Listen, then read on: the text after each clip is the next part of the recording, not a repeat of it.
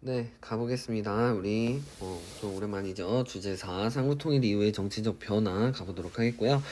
우선은 그냥 간단하게 신라의 상호통일과 발해 조금 이제 진도를 빨리빨리 나가야 될 것 같아서 오늘은 좀 많이 나갈 계획입니다. 자, 우선은 신라의 상호통일 이렇게 나오죠. 그래서 6세기 말에 중국이 통일한 수가 동북아시아의 패권을 장악하기 위해 대군을 동원해 고구려를 공격하였다. 이때 고구려가 살수에서 승리를 거두는 등 수의 침략을 막아냈고, 수가 멸망한 이후 중국은 다시 통일한 당도 고구려를 침략하였는데 이 전투를 우리가 안시성 전투라고 합니다. 하지만 고구려가 끝까지 거센 저항을 해서 물러나게 되죠. 고구려가 수당에 맞서는 동안 신라는 백제의 공격으로 위기에 몰리게 되었습니다. 신라는 위기를 극복하기 위해 원래는 고구려로 갑니다. 원래는 고구려로 갔다가 고구려가 도와주지 않아서 당과 동맹을 맺어 나당 연합군을 결성하게 되죠. 이 연합군은요, 백제를 공격하여 멸망을 시키고요. 그 다음에 이어서 고구려까지 공격하여 무너뜨리게 됩니다. 이 백제와 고구려도 그냥 멸망당했다고 무너졌다고 그게 끝이 아니라 부흥운동을 전개하긴 하지만 모두 진압되어 신라에 흡수되거나 다른 지역으로 흩어졌다. 백제와 고구려가 멸망하자 당이 이제 욕심을 부리기 시작합니다. 하지만 신라가 고구려 유민과 힘을 합쳐 당에 대항하게 되고요. 이를 우리가 나당 전쟁이라고 부릅니다. 신라는 매소성과 기볼포 등에서 이제 큰 승리를 거두어 당을 몰아내고 대동강 이남 지역을 차지하게 되었다.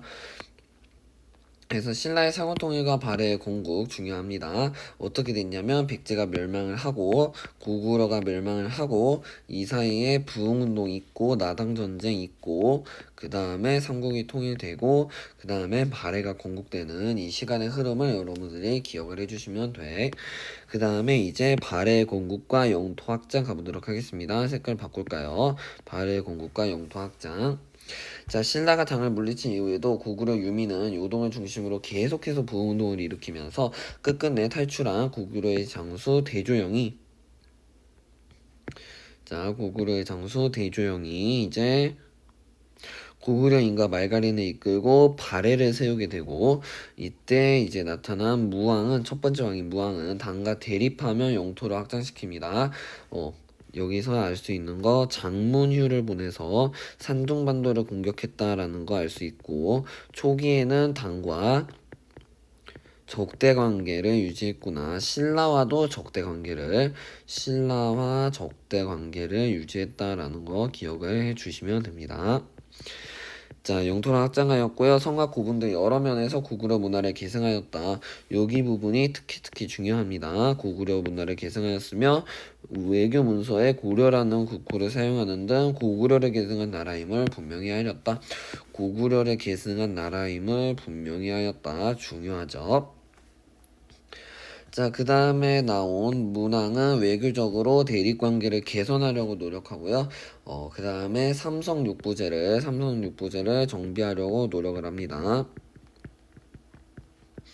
많은 분들이 삼성육부제가 이제 선왕이라고 생각하는데요. 선왕이 아니라 문왕입니다. 그래서 이 부분은 좀 기억을 해주셔야 되고, 그 다음에 선왕이 전성기입니다. 말갈족 대부분을 복소시키고 요동으로 진출하고 신라 국경을 맺으면서 발해는 해동성국이라고도 불리기도 하였다.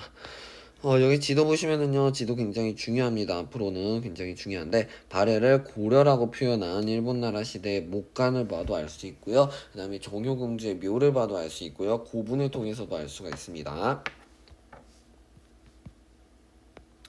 자, 이번에는 이제 통치체제 정비로 넘어갑니다. 통일신라와 발해 지금 둘 다 영토가 상당히 넓다고 볼 수가 있는데요. 이 늘어난 영토와 백성들을 효율적으로 다스리기 위해 하려면 당연히 정책 등이 필요할 겁니다.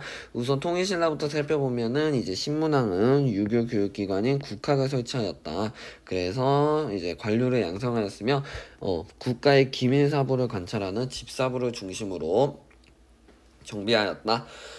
그래서 전국을 구조로 나누고 군사적 유충지에 오소경을 두어서 수도의 지리적 한계를 보완하였다는 말이 굉장히 중요합니다. 이게 서술형으로 나올 가능성이 상당히 높은데요. 이렇게 나오는 거지. 신라 같은 경우에는 전국을 구조로 나누고 군사적인 요충지에 오수경을 두었는데 왜 오수경을 두었을까요? 하면 통일신라의 수도는 경주 금성에 치우쳐져 있는데 이렇게 치우쳐진 그 수도의 지리적 한계를 보완하려고 했다. 이렇게 해주시면 서술형 만점인 겁니다. 또한 관리에게 관료전을 지급하고 노급을 폐지하는 등 귀족의 경제기반 약화를 도모하였다. 그래서 노금과 관료전에 대한 이 자료 꼭 보셔야 됩니다. 자료 시험 문제 이게 무조건 나올 겁니다. 그래서 노급 같은 경우는 뭐냐면요. 노급이 뭔지 알아야 되잖아. 노급은 관리에게 지급하는 지역으로 조세 징수 플러스 노동력 징발까지 하는 게 노급입니다. 그리고 관료전은 오로지 조세 수취의 권한만을 부여하였다.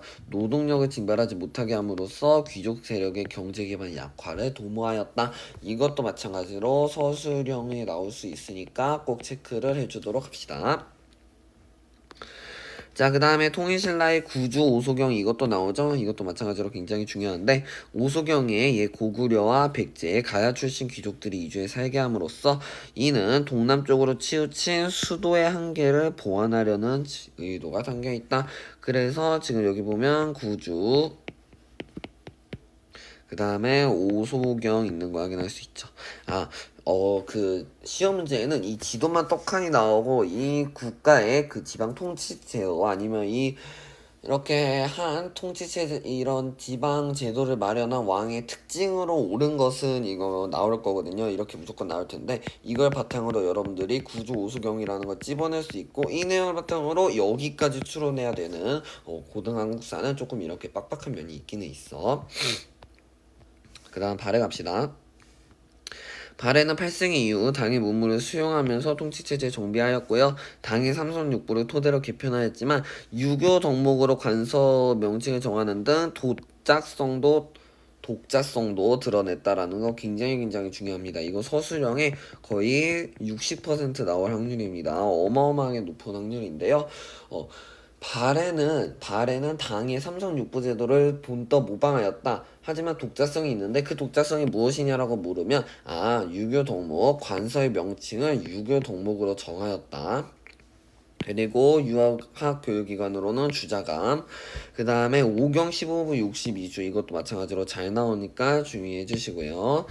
말단 지방행정은 말갈부락 조장의 도움을 받았다. 그래서 말갈 촌주도 이렇게 등용을 했구나. 그래서 발해 중앙행정기구 나오죠. 그래서 유교 덕목을 육부 명칭으로 정하였다. 이것들이 전부 다 유교 덕목이구나. 이것들이 독자성을 띠고 있구나 라는 것까지 참고를 해주시면 됩니다. 그래서 영화로 보는 고대사회 상호통일전쟁, 황산벌 전투, 평양성 전투, 황산벌이 백제, 평양성이 고구려, 네. 그 다음에 여기 그래서 이때 당시에 그 역사적인 상황을 약간 희화화해서 각색해서 표현한 거고요. 이 내용이 시험 문제 나올 확률은 20% 정도밖에 안 되겠으나 그래도 이 정도면 볼만한 가치는 있다. 고대사회의 신분제와 경제정책 여기도 솔직히 거의 시험 범위에 안 나오는 학교가 대부분일 텐데 잠깐 보자면 노비도 많이 생기게 됐다. 그래서 신분제가 형성이 되게 되었고 귀족, 평민, 청민 등으로 구성이 되었다. 세습이 되게 되고요. 그 다음에 뭐 신라의 골품제 정도만 현관펜 쳐주고요. 골품제가 뭐냐면 이제 골품으로 나누는 겁니다. 그래서 뭐 육두품 그다음에 이제 진골귀족 이것들을 골품제라고 하고요. 거의 시험 범위에서는 안 나오는 걸로 선생님은 항상 알고 있었습니다. 네. 자, 그다음에 그래서 엄격한 형벌 제도가 시행되기도 하였다. 이 정도. 자, 뭐 귀족 읽어보시면 되고요. 신라의 화백회의가 대표적이다. 뭐 화백회의 정도는 체크해줄까요? 귀족은 화백회의다. 됐죠? 네. 평민 한번 봐주시면 되고요. 천민도 봐주시면 됩니다. 자, 구대국가의 경제 정책 이렇게 나와 있죠. 이것도 마찬가지로 살짝 보면 되는데요. 뭐 철제 농기구 우경을 장려하였다. 그 다음에 고구려에서는 고국 천황이 진대법을 시행하였다. 그 다음에 수치제도를 마련하였다. 재정합보 조세. 그래서 호혜 등급, 공물의 형태. 그 다음에 역. 통일신라의 신라촌락 문서는 이거는 좀 중요합니다. 신라촌락 문서는 여러분들이 알아줄 필요가 있습니다. 그래서 여기에서는 3년마다 작성이 되고, 뭐 이거는 진짜 그냥 읽어보면 되는 거고. 자, 여기 잠깐 보면은, 그래서 여러 등급으로 이제 분류를 해서, 그 신라촌락 문서를 두었다. 이거는 그래서 무슨 목적이냐면 조세 징발,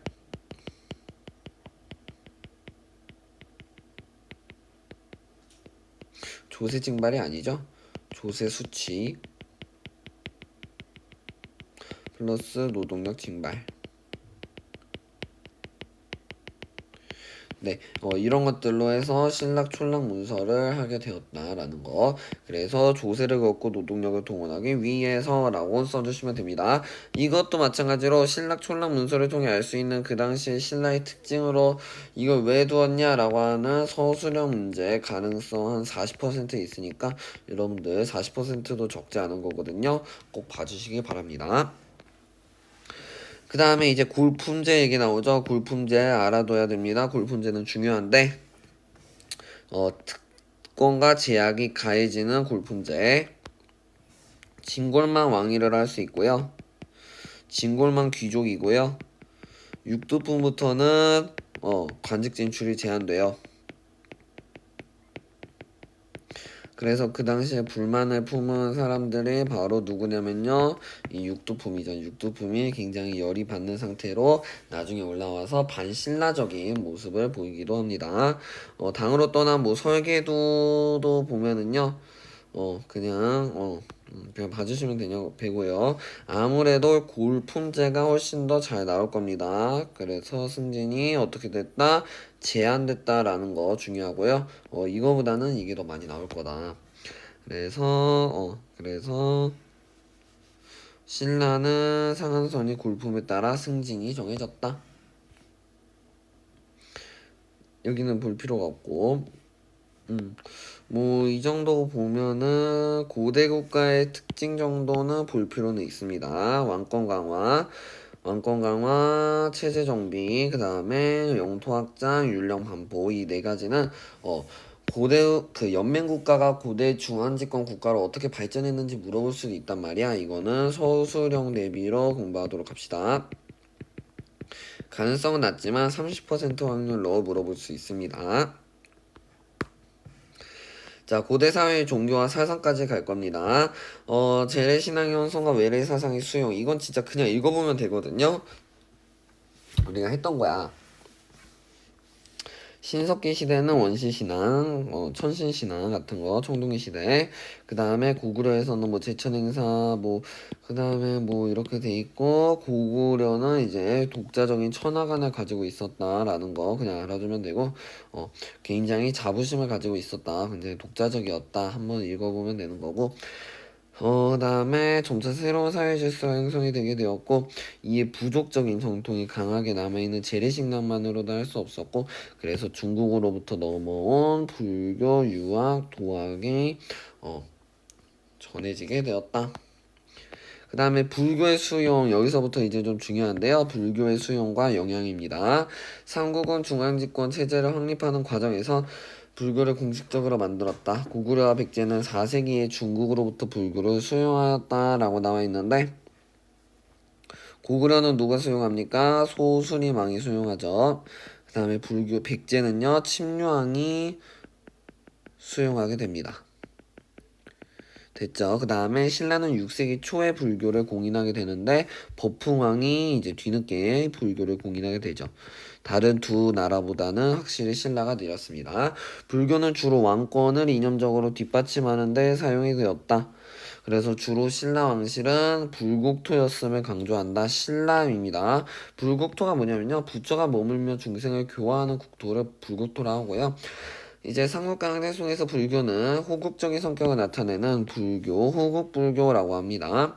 그래서 삼국은 백제, 미륵사 등 이제 국가의 보급이나 법회를 하기도 하였고, 원광의 세속 5개에도 호국적인 성격이 잘 드러나 있다.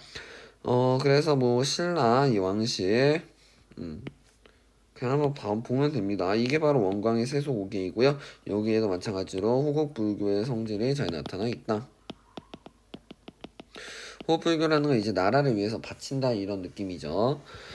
불교가 유입되는 과정에서 재래신앙을 신봉하는 귀족들이 반발하기도 하였는데 귀족들도 업서를 통해 신분질서를 옹호하는 등 자신들의 권력을 정당화하는 데 불교를 활용하였다. 업서는 현재 삶의 모든 상황을 전생의 지은 행위의 결과. 그러니까 내가 예를 들어 지금 착하게 살고 있는 거는 작년에 내 업보 덕분이야. 작년에 내가 선한 행동을 많이 해서 그런 거야 라고 이제 생각하는 게 업설인데요. 이 업설을 통해서 신분질서를 옹호하는 등 자신들의 권력을 정당화하는 데 불교를 활용하게 되고 토착화되고 왕실과 귀족을 중심으로 널리 퍼지게 되었다. 한편 다양한 문화가 삼국에 전해지면서 더욱 다채로워지게 되었고 일본 고대 문화 성립에도 영향을 끼치게 되었다. 그래서 이제 금동, 미륵보살, 방가, 사유상이 있고 미륵사지 석탑이 있다. 그래서 이 당시에 굉장히 불교가 뜨고 있는 추세였구나. 이 정도를 서술해 주시면 됩니다. 이 정도까지는 안 나올 거야. 이것도 살짝만 봐주시면 되고요. 자, 그 다음 삼국에 전래된 유학의 특징 이것만 보자면요. 유학은 이제 대표적인 사상으로서 강조했고, 이처럼 유학은 여기가 중요하죠. 핵심 키워드죠. 유학은 황제와 국가 권력을 옹호하기 위한 현실적 인형으로 변화하고 삼국에 전래된 유학도 이러한 성격을 보이게 되었다. 그래서 교육기관의 성리, 삼국은 윤령을 바탕으로 행정신문을 담당한 관료를 양성하고자 하였고 고구려는 교육기관으로 중앙에 태학을 설립하여 유교정정과 역사서를 가르쳤고 지방에는 경당을 설치하여 한학과 무술을 가르쳤다.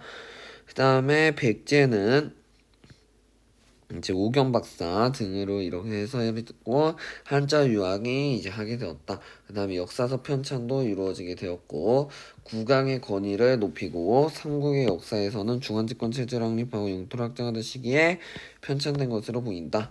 유학의 보급이 시작되었다. 자, 그 다음에 이제 도교도 나오죠. 중국에서 전해진 도교는 이제 불로장생과 현세 이익을 추구하였다.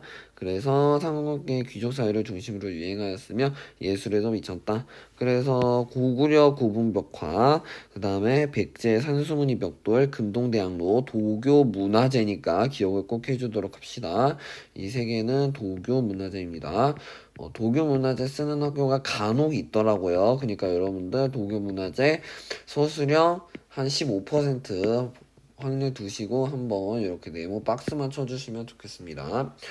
한편 고구려의 연개소문은 도교를 장려하기도 하였다. 그래서 백제 금동대학로, 산수무늬 벽돌, 이제 현무도 이 정도 체크해 주시면 됩니다. 네, 그래서 신라의 3가지 보물 그 중에 우리는 황룡사 9층 목탁만 이 정도만 좀만 더 봐주시면 됩니다. 네, 그래서 우리 이번 시간 여기서 잠깐 멈추고요. 굉장히 빠른 시간에 굉장히 많은 주제를 하고 왔는데 우리 다음 시간에도 이렇게 계속해서 빠르게 나가보도록 하겠습니다.